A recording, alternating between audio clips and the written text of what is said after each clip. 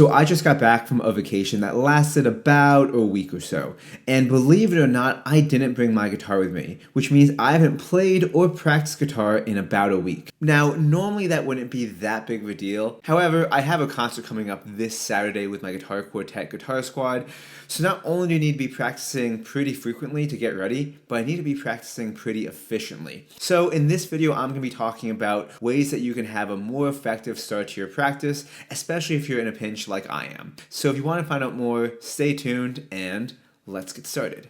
So I do want to add the things that I'm going to be talking about are things that I think anybody should do before any practice session, but I think they become more important when you're taking time off. The first thing is going to be just finding your sound, finding your tone. Now this comes after you do all the things that you probably know to do, such as filing your nails, having nice strings, all that other stuff. Once you're all set with that, first thing that you want to do is just find your tone. So one of the first things that I think you should do for this would just be to play some open notes. I would say honestly just play the third string with nice alternations with the index and middle finger just to find your touch on the string.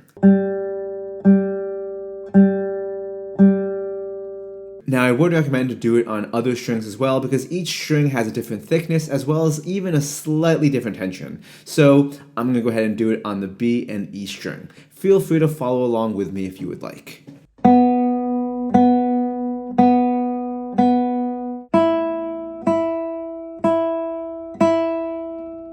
Now, once you've done this a few times, the next thing I would say to do would be to do the same kind of thing, but with the thumb. I feel like many people disregard the thumb, and they kind of think it just does what it needs to do, but I think the thumb, just like the fingers, needs to be warmed up.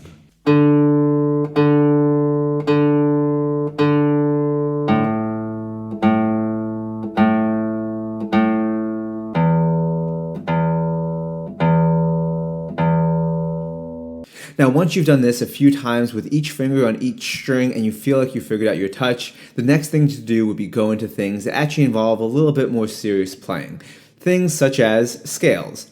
Now, I'm not going to go ahead and give you a scale example for this because I think in this case, it's totally determined on what you're going to be playing. So for example, if you're playing a piece in the key of A, play an A major scale. If you're playing a piece in the key of E minor, play an E minor scale. And I think you get the idea. Now, the one thing I will say, if you want to be a bit more selective with what you play, feel free to take out excerpts from the pieces that have scales in them and practice them slowly with a metronome. One of the pieces that I worked on in the past was the theme and variations on a theme by Mozart by Fernando Sor.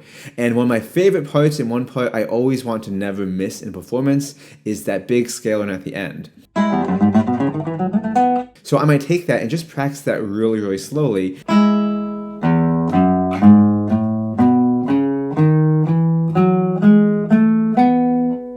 So now to do this, you would have to know all of the scale passages in pretty much every piece you play. So I would recommend to actually make a list and pick which ones you want to hit in that given practice session. That way you're kind of getting the piece done, but not really. You're still working on a very fundamental thing, while also working on the hardest part of the piece. Now the next and last part of this would work just like the scales did, but this time for arpeggios. So same deal, find arpeggio patterns that you know are pretty common and do them on just some open chords, or find some studies by our favorite people such as Hercasi or Fernando Sor.